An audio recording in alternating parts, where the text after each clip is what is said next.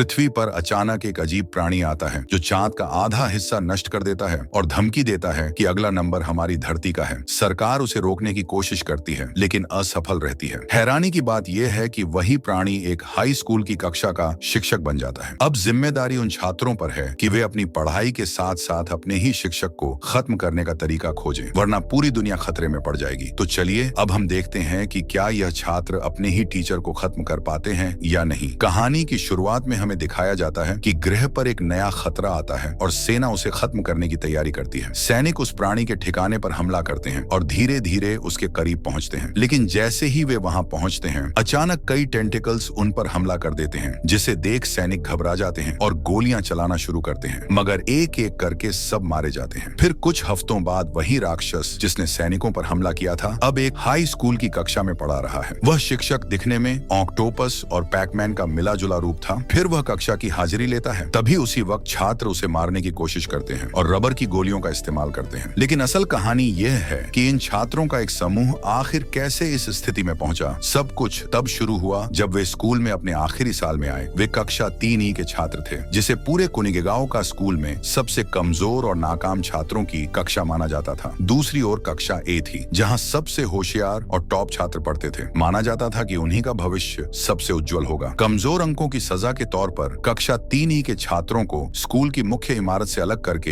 एक टूटी फूटी इमारत में पढ़ने भेज दिया गया। प्रिंसिपल का बहाना यह था कि इस तरह कमजोर छात्र बाकी बच्चों की पढ़ाई में बाधा नहीं डाल पाएंगे। लेकिन जब वे अपनी नई कक्षा में पहुंचे तो उन्हें एक बड़ा झटका लगा। उन्हें पता चला कि उनका नया शिक्षक वही एलियन है जिसने चांद का आधा हिस्सा नष्ट कर दिया था और अब धमकी दे रहा था कि जब तक वे ग्रेजुएट नहीं हो जाते वह पृथ्वी को भी उड़ा देगा। तभी जापान के रक्षा मंत्रालय से तादामी करासुमा आता है और छात्रों को सारी सच्चाई बताता है। फिर वह बताता है कि उनका मिशन है ग्रेजुएट होने से पहले अपने प्रोफेसर को मारना, वरना पूरा ग्रह खत्म हो जाएगा। लेकिन इसमें एक बड़ी दिक्कत थी, वह प्राणी बहुत तेज था, यहाँ तक कि प्रोफेशनल एजेंट भी उसे छू तक नहीं पा रहे थे। तभी वह प्राणी कक्षा को बताता है कि उसने सरकार से एक समझौता किया है। शर्त यह है कि जब तक वह कक्षा 3E का शिक्षक बना रह सके तब तक उसे मारे जाने की कोशिश से कोई आपत्ति नहीं होगी। इसके बाद तादामी छात्रों को रक्षा मंत्रालय द्वारा बनाई गई खास गोलियों और चाकुओं के बारे में बताते हैं। ये हथियार एक ऐसी विशेष सामग्री से बने थे जो इंसानों को कोई नुकसान नहीं पहुंचाती, लेकिन उस राक्षस पर जानलेवा असर डालती है। ये साबित करने के लिए कि उसकी बात सच है, प्रोफेसर खुद बंदूक लेता है और अपने टेंटिकल में गोली मार लेता है। यह देखकर छात्र डर जाते हैं, लेकिन कुछ ही सेकंड में वह प्राणी फिर से पूरी तरह ठीक हो जाता है। तभी एजेंट बताता है कि किसी को नहीं पता कि एलियन ने सरकार से यह समझौता क्यों किया है, लेकिन यह साफ है कि छात्र सुरक्षित हैं क्योंकि उनके शिक्षक ने वादा किया है कि वह उन्हें कभी चोट नहीं पहुंचाएगा। आखिर में एजेंट कहता है कि जो भी छात्र इस राक्षस को मारने में सफल होगा और पृथ्वी को बचाएगा, उसे 10 बिलियन येन लगभग $77 मिलियन का इनाम मिलेगा। इसके बाद तादामी करासुमा छात्रों को ट्रेनिंग देने के लिए सहायक शिक्षक बन जाते हैं। इसके अलावा छात्रों को अंग्रेजी पढ़ाने के लिए एक और टीचर नियुक्त की जाती है, इरिना येलोविच। ये बहुत कुशल एजेंट है जिसे खास तौर पर इस ताकतवर प्राणी को खत्म करने के लिए भेजा गया है। लेकिन मिनीगन जैसी भारी हथियार के बावजूद भी वह महिला कक्षा के ब्रेक टाइम में प्रोफेसर को मारने की कोशिश में सफल नहीं हो पाती है। उधर तादामी लगातार छात्रों को प्रशिक्षण देते हैं। धीरे धीरे उनके युद्ध कौशल बेहतर होने लगते हैं। इसी बीच कक्षा के एक छात्र नागीसा ने शुरुआत से ही अपने शिक्षक की कमजोरियों पर ध्यान देना शुरू कर दिया। उसने यह भी पता लगाया कि प्रोफेसर का चेहरा उसके मूड के हिसाब से रंग बदल सकता है। एक दिन उसके 3 दोस्त उसे एक योजना में शामिल होने के लिए मनाते हैं। नागीसा को लगता है कि अभी यह सही समय नहीं है, लेकिन दोस्तों के दबाव में वह मान जाता है। नागीसा प्रोफेसर को बताता है कि उसने अपना काम पूरा कर लिया है और कॉपी देने के बहाने उसकी ओर बढ़ता है। उसके हाथ में एक छोटा चाकू छुपा होता है। जैसे ही वह ऑक्टोपस पर वार करने की कोशिश करता है, लेकिन हमला काम नहीं करता। इसके बाद नागीसा अचानक प्रोफेसर को कसकर पकड़ लेता है क्योंकि उसके पास एक बम छुपा हुआ होता है। फिर कुछ ही सेकंड बाद बम फट जाता है और छात्र खुश होकर जश्न मनाने लगते हैं, ये सोचकर कि उन्होंने आखिरकार उस अजीब प्रोफेसर को मार डाला है। कायानो और बाकी साथी नागीसा की मदद करने दौड़ते हैं और पूछते हैं कि असल में उन तीनों ने क्या किया था। तब सच सामने आता है, उन्होंने खास रबर की गोलियों से भरा एक ग्रेनेड बनाया था। उनकी योजना यह थी कि ग्रेनेड फटने से प्रोफेसर मारा जाएगा और नागीसा सिर्फ हल्की चोटों के साथ बच निकलेगा। लेकिन जब सबने ध्यान से देखा तो उन्हें समझ आया कि प्रोफेसर के पूरे शरीर को एक झिल्ली ढकी हुई है। वे जल्दी से प्रोफेसर के शरीर को ढूंढते हैं, मगर उन्हें एहसास होता है कि उसके पीले सिर को तो एक खरोंच तक नहीं आई। असल में प्रोफेसर कमरे की छत पर छिपा हुआ था और पूरी बातचीत सुन रहा था। तब पता चला कि वह महीने में एक बार अपनी पुरानी त्वचा बदल सकता है। वही त्वचा बहुत मजबूत थी और पूरी पूरे विस्फोट का असर उसने झेल लिया, इसलिए प्रोफेसर बिल्कुल सुरक्षित रहा। लेकिन वह उन 3 छात्रों से बहुत नाराज हो गया था जिन्होंने नागीसा की जान को खतरे में डालने की योजना बनाई थी। उसका चेहरा गुस्से से लाल हो गया। फिर कुछ ही सेकंड में वह उन तीनों छात्रों के घर पहुंच गया और उनके परिवार के नाम की नेम प्लेट्स चुरा लाया। प्रोफेसर ने कहा कि सरकार के साथ किए गए समझौते की वजह से वह उन्हें नुकसान नहीं पहुंचा सकता, लेकिन अगर उन्होंने फिर से अपने साथियों की जान खतरे में डाली तो उनके परिवार को इसकी सजा भुगतनी पड़ेगी। छात्रों को कड़ी चेतावनी देने के बाद उसने सबको अपनी अपनी सीट पर लौटने को कहा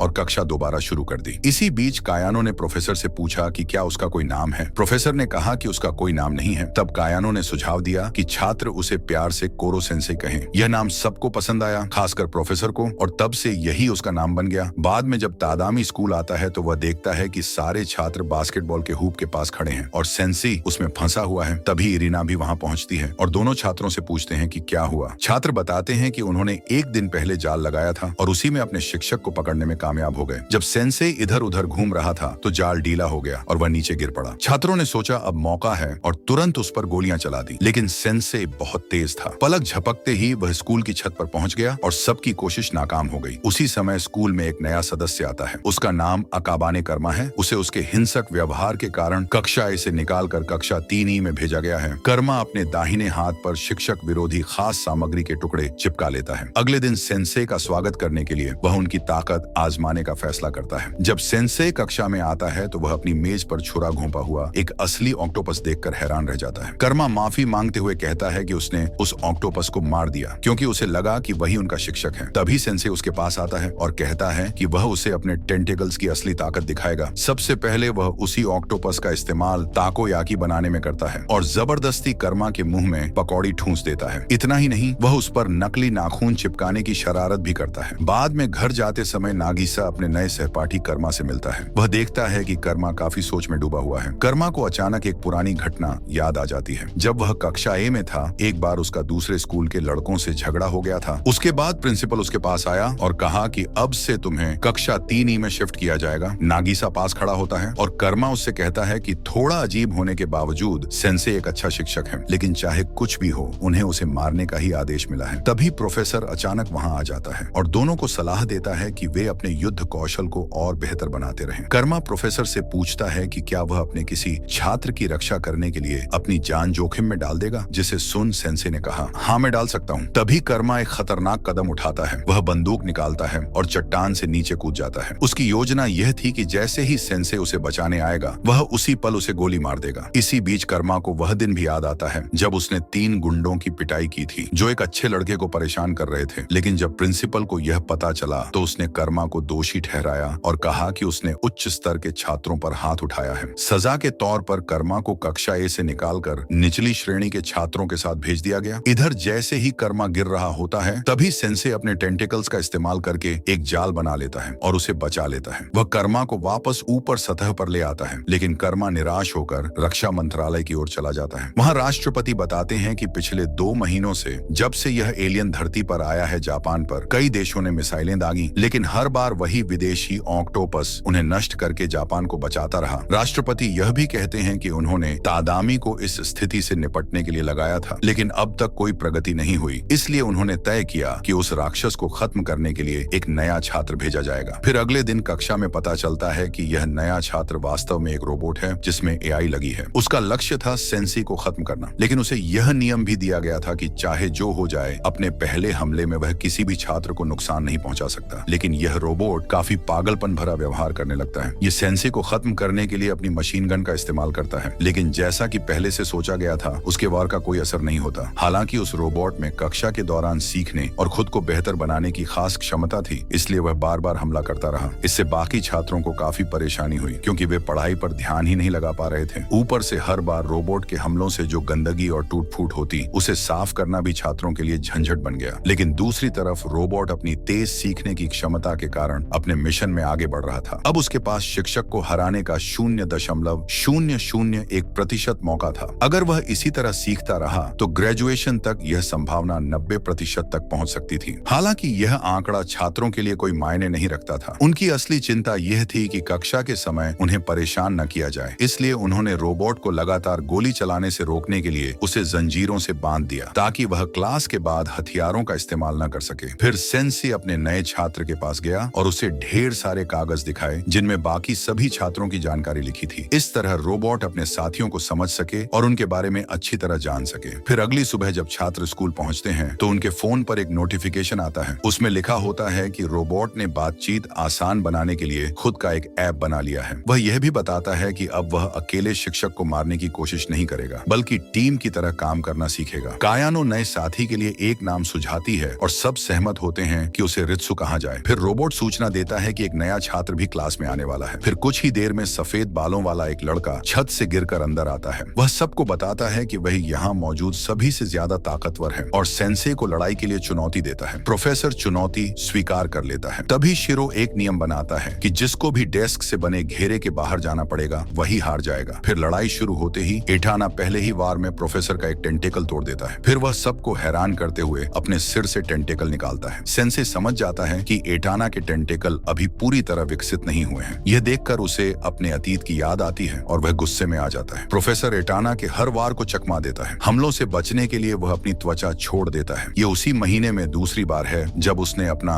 यह गुप्त बचाव इस्तेमाल किया। छत से छिपककर उसके टेंटेकल फिर से उगाते हैं, लेकिन लगातार लड़ाई से सेंसे की ऊर्जा कम हो जाती है। इसी वजह से वह आगे के हमलों को नहीं रोक पाता और एटाना की मार खाता है। हमले से संभलने के बाद प्रोफेसर बताता है कि रक्षा मंत्रालय ने जो खास चाकू बनाए हैं वे दुश्मन को कमजोर कर सकते हैं, क्योंकि उनका पदार्थ उसी जैसा है जिससे ऑक्टोपस का शरीर बना है। चूंकि एटाना के टेंटेकल भी उसी पदार्थ से बने हैं, इसलिए उसकी चाल धीमी हो गई थी। इन सभी को बातों में लगाते हुए प्रोफेसर इस मौके का फायदा उठाकर एटाना को कक्षा से बाहर फेंक देता है। हालांकि प्रोफेसर घायल नहीं हुआ क्योंकि वह छोड़ी हुई त्वचा से सुरक्षित था, लेकिन शिरो रिंग से बाहर चला गया था, इसलिए लड़ाई हार गया। इसके बाद शिरो अपने शिष्य को साथ लेकर चला गया और कहा कि वे कक्षा के अंत तक वापस आएंगे। उसके बाद नागीसा और कायानो अपने शिक्षक के पास गए और पूछा कि उन्होंने कक्षा का शिक्षक बनने का फैसला क्यों किया। तब सेंसे ने बताया कि उन्होंने यह कदम एक वादा निभाने के लिए उठाया था। हालांकि वह अभी भी यह नहीं बता पाए कि वह वादा किससे किया गया था। तभी नागीसा पूछता है कि क्या वे अब कुछ ऐसा कर सकते हैं जिससे एलियन को खत्म किया जा सके। जिसे सुन सेंसे ने सुझाव दिया कि छात्र सप्ताहांत में स्कूल में ही रहें और पढ़ाई करें, क्योंकि वह खुद भी वहीं रहेगा। यह छात्रों के लिए उसे खत्म करने का एक और मौका होगा। कक्षा इस विचार को मान लेती है और शिक्षक उस सप्ताहांत की गतिविधि का नाम रखता है हत्या प्रशिक्षण शिविर। वहाँ सेंसे अपनी सुपर स्पीड का उपयोग करके हर छात्र को अलग अलग खास पाठ पढ़ाता है ताकि उन्हें उन विषयों में मदद मिल सके जिनमें उन्हें सबसे ज्यादा कठिनाई थी। इसी बीच तादामी को अपने वरिष्ठ का फोन आता है जिसमें बताया जाता है कि अगले दिन सुबह एक नया कोच आने वाला है। फिर थोड़ी देर बाद सेंसे तादामी के कमरे में पहुंचता है। जब उससे उसके प्रेम जीवन के बारे में पूछा जाता है तो वह गहराई से सोचने लगता है और उस पल को याद करने लगा जब उसने अपनी प्रेमिका को खो दिया था। जैसा तय हुआ था, अगली सुबह ताकाओ अकीरा स्कूल आए और घोषणा की कि अब वे कक्षाई के नए कोच होंगे, लेकिन प्रशिक्षण शुरू करने से पहले वे छात्रों के लिए नाश्ता लाए। इस वजह से छात्रों ने तुरंत अपने नए शिक्षक को पसंद करना शुरू कर दिया। बाद में इरीना अपने पुराने सेना साथी ताकाओका के बारे में तादामी से बात करने आई। उसने बताया कि ताकाओका की पढ़ाने की पद्धति यह है कि पहले वह छात्रों के करीब जाता है और उन्हें यह महसूस कराता है कि वे परिवार की तरह हैं। लेकिन असली समस्या यह है कि थोड़े समय बाद वह अपने तानाशाही वाले असली रूप में आ जाता है और छात्रों पर हिंसा तक करने लगता है। फिर दूसरे दिन का प्रशिक्षण शुरू होता है और ताकाओका छात्रों से कहता है कि वे मैदान में 20 चक्कर लगाएं। कंजाकी को उल्टी होने लगती है और वह गिर पड़ती है। प्रशिक्षक पूछता है कि क्या वह ठीक है। कंजाकी कहती है कि अब वह और नहीं सह सकती और वह तादामी के साथ प्रशिक्षण लेना पसंद करती है। उसी समय ताकाओका खड़ा होता है और कंजाकी को थप्पड़ मारता है, जिसे देख सभी छात्र इकट्ठा होकर शिक्षक से अपने सहपाठी को बचाने की गुहार लगाते हैं, लेकिन वह आदमी उसे सबक सिखाने पर अड़ा रहता है। हालांकि दूसरा वार करने से पहले तादामी प्रकट होता है और उसका हाथ पकड़ लेता है। वह उसे आदेश देता है कि वह उसके छात्रों को अकेला छोड़ दे, जिसे सुन ताकाओका कहता है कि तादामी के प्रशिक्षण के तरीके प्रभावी नहीं है और इसलिए छात्र इतने कमजोर हैं। फिर वह तादामी से कहता है कि वह अपने सबसे अच्छे छात्र को चुनकर उसके साथ लड़ने भेजे। ताकाओका वादा करता है कि अगर चुना गया छात्र उसके शरीर पर एक बार भी चाकू मार सके तो वह हार मान लेगा और स्कूल छोड़ देगा, जिसे सुन तादामी फिर नागीसा को चुनता है, लेकिन कहता है कि अगर वह लड़ाई में हिस्सा नहीं लेना चाहता तो मजबूर नहीं है। हालांकि ज्यादातर छात्रों को यह संदेह भी नहीं था कि नागीसा में लड़ाई की एक प्राकृतिक प्रतिभा है। वह अपने सहज स्वभाव के पीछे इस क्षमता को छिपाने में बहुत अच्छा था, लेकिन अंदर ही अंदर वह खून का प्यासा है। जब वह ताकाओका का सामना करता है तो वह उस पर हमला करने की खुशी छुपा नहीं पाता। वह मुस्कुराता है और ताकाओका की तरफ बढ़ता है जो पूरी तरह आश्वस्त था, लेकिन जब वह लड़के के चेहरे चेहरे को देखता है तो पूरी तरह हैरान रह जाता है। उस पल में नागिसा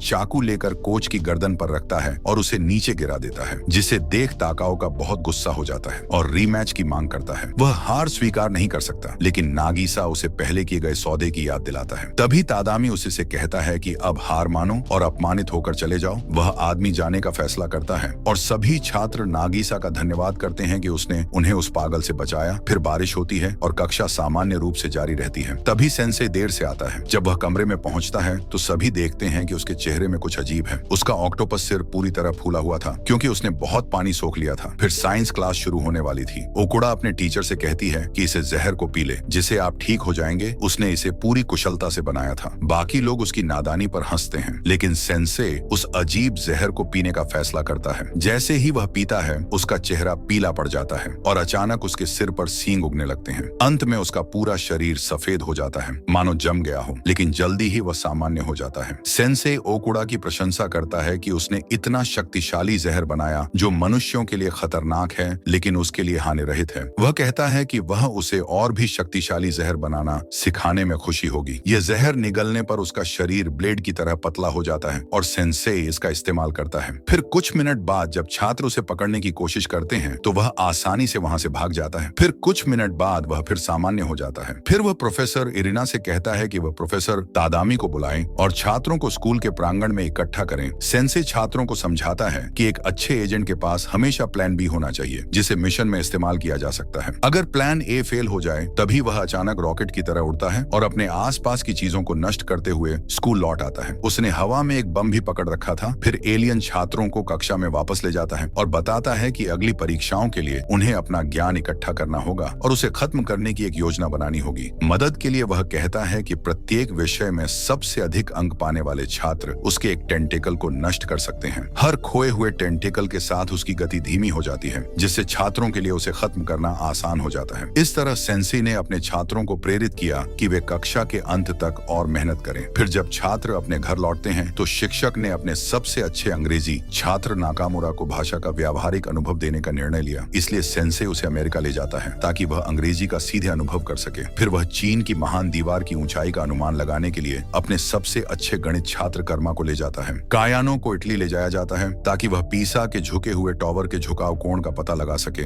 इस तरह सभी छात्र जापान के बाहर जाकर अनुभव प्राप्त कर पाते हैं। सेंसे परीक्षा के बाद अपने स्नातक फोटो एल्बम को पूरा करता है। नाकामुरा, ओकुड़ा और कर्मा ने अंग्रेजी, विज्ञान और गणित में सर्वोच्च अंक पाए, इसलिए तीनों में से प्रत्येक अंतिम परीक्षा के दिन अपने शिक्षक में से किसी एक को खत्म कर सकता था। अगले दिन छात्र सेंसे को खत्म करने की योजना को लागू करने के लिए तैयार हो जाते हैं। तभी सेंसे प्रकट होते हैं और कहते हैं कि वे उनका प्रदर्शन देखने के लिए उत्सुक हैं। फिर आखिरकार बड़ा दिन आता है और छात्र मिशन शुरू करने के लिए तैयार होते हैं। हथियार उठाकर वे स्थल की ओर बढ़ते हैं। वहां सेंसे को जाल में फंसा दिया जाता है। जाल खोलते ही पता चलता है कि छात्रों ने हर विवरण पर ध्यान दिया था और वे सभी अपना इनाम पाने के लिए उत्साहित थे। नागिसा ने बताया कि जब उनके टेंटिकल्स काट दिए जाएंगे तो सेंसे को पानी से भरे बाथटब में फेंक दिया जाएगा, जिसे सुन सभी छात्र समझ गए कि पानी ऑक्टोपस की कमजोरी में से एक है। फिर छात्र शिक्षक के टेंटिकल्स को गोली मारने और फाड़ने की तैयारी करते हैं। फिर पानी के गैलन उनकी तरफ फेंके जाते हैं। अंत में 2 छात्र पहुंचते हैं और सेंसे के चेहरे पर रबर की गोलियां दागते हैं। जैसे ही सेंसे को मारा जाने वाला था तभी एक विस्फोट होता है और ऑक्टोपस कुछ ही समय बाद गायब हो जाता है। छात्र उसे ढूंढने में कामयाब होते हैं, लेकिन उसका पूरा शरीर गायब हो गया था। हालांकि गोलियां उस पर असर करने में सफल रहीं। सेंसे के पास एक खास तरह की परत थी जो बहुत मजबूत क्रिस्टल से बनी थी। यह उसे किसी भी हमले से बचा सकती थी। यहाँ तक कि विशेष गोलियां या परमाणु बम भी उसे नुकसान नहीं पहुंचा सकते थे। लेकिन यह सुरक्षा परत सिर्फ 24 घंटे तक ही चल सकती थी। छात्रों ने सोचा कि जब यह परत टूट जाएगी तब वे एंटी टीचर गोलियों से भरे एक पुल में उसे डाल देंगे। जैसे ही उसका शरीर गोलियों को छुएगा वह खत्म हो जाएगा। लेकिन सेंसे ने कहा कि अगर ऐसा हुआ तो वह फट सकता है और मरने से पहले सभी गोलियों को बाहर फेंक सकता है। तभी अचानक बिना किसी कारण कुछ छात्र बेहोश होने लगे। कायानो को पता चला कि उन्हें तेज बुखार हो गया है। फिर थोड़ी देर बाद ताकाओका और उसका गिरोह वहां आ गया। उसने बताया कि जाने से पहले उसने कुछ छात्रों के पेय में वायरस मिला दिया था और एक बार जब यह वायरस शरीर में चला जाता है तो पीड़ित 3 दिनों के अंदर मर जाता है। तभी ताकाओका ने कहा कि उस वायरस का इलाज सिर्फ उसके पास है। उसने बताया कि वह बदला लेना चाहता है क्योंकि नागिसा की वजह से वह रक्षा मंत्रालय में सबके मजाक का पात्र बन गया था। नागिसा के बारे में सोचते ही उसे रात को नींद नहीं आती। फिर ताकाओका ने कहा कि वह इलाज तभी देगा जब नागीसा इसे सीधे शिक्षक को सौंपेगा। लेकिन नागीसा ऐसा करने के लिए तैयार नहीं थी, जिससे हालात और बिगड़ गए। तभी अचानक इरिना प्रकट हुई और नागीसा पर हमला कर दिया। तादामी ने नागीसा को बचाने की कोशिश की, लेकिन इसमें वह खुद घायल हो गया। असल में वह लड़का वहां सेंसेई से अपना रीमैच करने आया था। तभी कर्मा नागीसा को खींच कर ले गया और दोनों मिलकर अपने शिक्षक को ताकाओका के हाथों ले जाने से रोकने की कोशिश करने लगे। एठाना उनके पीछे दौड़ता है और ताकाओका अपने आदमियों के साथ मारक दवा लेकर भाग जाता है। बाकी छात्र अपने बीमार दोस्तों की मदद करने की कोशिश करते हैं। तभी नागीसा सेंसेई को छिपाने के लिए एक टावर पर चढ़ जाता है, लेकिन एटाना उन्हें ढूंढ लेता है और नागीसा को खत्म करने के लिए अपने टेंटेकल्स का इस्तेमाल करता है। नागीसा ऊपर चढ़ते हुए अपने दोस्त की ओर एक गोला फेंकता है, जिसे एटाना पकड़ लेता है। कर्मा बचने की कोशिश करता है, लेकिन लगभग टावर से गिर जाता है। एटाना उसे अपने टेंटेकल्स से पकड़ लेता है। तभी नागीसा उसी गोले का इस्तेमाल करके उस पर हमला करता है। कर्मा लगातार भागने की कोशिश करता है, लेकिन आखिरकार नीचे गिरने ही वाला होता है। इस बीच नागीसा टावर से चिपक कर बच जाता है, लेकिन टावर पूरी तरह टूट जाता है, जिसे देख लाल बालों वाला लड़का हार मान लेता है और कहता है कि वह शिक्षक को एटाना के हवाले कर देगा। लेकिन तभी अचानक वह अपने दोस्त पर गोला फेंक देता है और एटाना फिर से हमला करने के लिए अपने टेंटेकल्स छोड़ देता है। उसे उम्मीद नहीं थी कि उसी समय बारिश शुरू हो जाएगी और उसका शरीर कमजोर हो जाएगा। लड़का अपनी शक्तियां खो देता है। तभी सेंसेई छात्रों की योजना की तारीफ करता है। दरअसल बच्चों को पहले से पता था कि उस दिन बारिश होगी, इसलिए उन्होंने उसी दिन हमला करने का फैसला किया। यही उनका प्लान भी था। तभी सेंसेई कहता है कि अगर इरिना अभी भी चाहती है तो वह ई क्लास में शामिल हो सकती है। उसी समय छात्रों को रित्सु का एक संदेश मिलता है, जिसमें वह उन्हें स्कूल की स्थिति के बारे में बताती है। नागीसा ताकाओका के सामने आता है, जिसके हाथ में एक बैग होता है। सब उसका इंतजार कर रहे थे। ताकाओका नागीसा से कहता है कि उसकी योजना पूरी तरह तैयार है। उसका इरादा है कि सेंसेई और कायानो को विशेष गोलियों से भरे एक सीमेंट टब में डाल दिया जाए। इस तरह अगर शिक्षक गोलियों से छुटकारा पाने के लिए विस्फोट करेगा तो एक छात्र की मौत हो जाएगी। तभी ताकाओका नागीसा को आदेश देता है कि वह प्रोफेसर को उसे सौंप दे, लेकिन नागीसा उससे विनती करता है कि ई क्लास के छात्रों को ही अपने शिक्षक को खत्म करने का मौका दिया जाए, क्योंकि वे इसी के लिए तैयार किए गए थे। लेकिन ताकाओका उसकी बात मानने के बजाय उसका मजाक उड़ाता है। वह इस मौके का फायदा उठाकर नीचे झुके नागीसा के सिर पर पैर रखकर उसे अपमानित करता है। तभी नागीसा को रित्सु का नया संदेश मिलता है, जिसे देख नागीसा मुस्कुराता है और फोन उठाकर सेंसे को ताकाओका के हवाले करने का नाटक करता है। लेकिन जब ताकाओका बैग खोलता है तो उसे हैरानी होती है कि उसके अंदर वास्तव में सेंसी नहीं बल्कि सिर्फ एक फुटबॉल था। तभी उसी समय बाकी छात्र पहुंच जाते हैं और ताकाओका और उसके आदमियों को उसी कंक्रीट में फंसा देते हैं, जिसे उन्होंने खुद तैयार किया था। सेंसे फिर ओकुड़ा की तारीफ करता है, क्योंकि उसने अपने अच्छे ज्ञान से अपने सहपाठियों के लिए दवाई बना ली थी, वह भी तब जब उसे अपमानित किया जा रहा था। फिर कुछ मिनट बाद सैन्य हेलीकॉप्टर आते हैं और सभी छात्रों और शिक्षकों को अपने बेस पर ले जाते हैं। वहाँ सेना एक योजना बनाती है कि सेंसे को हमेशा के लिए खत्म किया जाए। वह अभी भी उस गोले के अंदर बंद था, इसलिए वह हिल नहीं सकता था। रक्षा मंत्रालय एक खास शेल्टर तैयार करता है ताकि अगर वह विस्फोट भी करे तो भी वह बाहर न निकल पाए। उनकी योजना थी कि उस जगह को शिक्षक विरोधी गोलियों से भर दिया जाए, लेकिन उससे पहले वे छात्रों को मौका देते हैं कि सेंसे अपने छात्रों से अपने आखिरी शब्द कह सके। सभी छात्र स्क्रीन पर यह देखने के लिए इकट्ठा होते हैं। तभी सेंसे अपने आखिरी शब्दों में कहते हैं कि उन्हें अपने छात्रों को बड़ा होते देखना सबसे बड़ी खुशी लगी। वह उन्हें धन्यवाद देते हैं कि उन्होंने उन्हें शिक्षक बनने का मौका दिया। इसके बाद पूरा क्षेत्र तुरंत खास गोलियों से ढक दिया जाता है और विस्फोट की उलटी गिनती शुरू हो जाती है। जैसे ही विस्फोट होता है, शेल्टर सुरक्षित रहता है और सबको लगता है कि सेंसी नष्ट हो गया है। छात्र जोर जोर से रोने लगते हैं, क्योंकि वे अपने शिक्षक की मौत को मानने के लिए तैयार नहीं थे। नागीसा आंसुओं में होता है। तभी उसके पीछे से पीले टेंटिकल्स निकलते हैं और उसे एक टिश्यू देते हैं। लड़का पीछे मुड़कर देखता है और सेंसे को जिंदा देखकर हैरान रह जाता है। अन्य सैनिक निराश होकर भाग जाते हैं, लेकिन तादामी खुश होता है कि उसका साथी अभी भी जीवित है। सबको राहत मिलती है। इसके बाद छात्र फिर से अपनी स्कूल की दिनचर्या में लौट आते हैं, जिसमें हर सुबह बड़े पीले ऑक्टोपस के सिर पर मजाकिया शॉट लगाना भी शामिल होता है। और अब सवाल ये है, क्या कक्षा 3 ही सच में स्नातक होने तक अपने शिक्षक को खत्म कर पाएगी या नहीं? तो आपको ये फिल्म कैसी लगी, नीचे कमेंट में बताइए।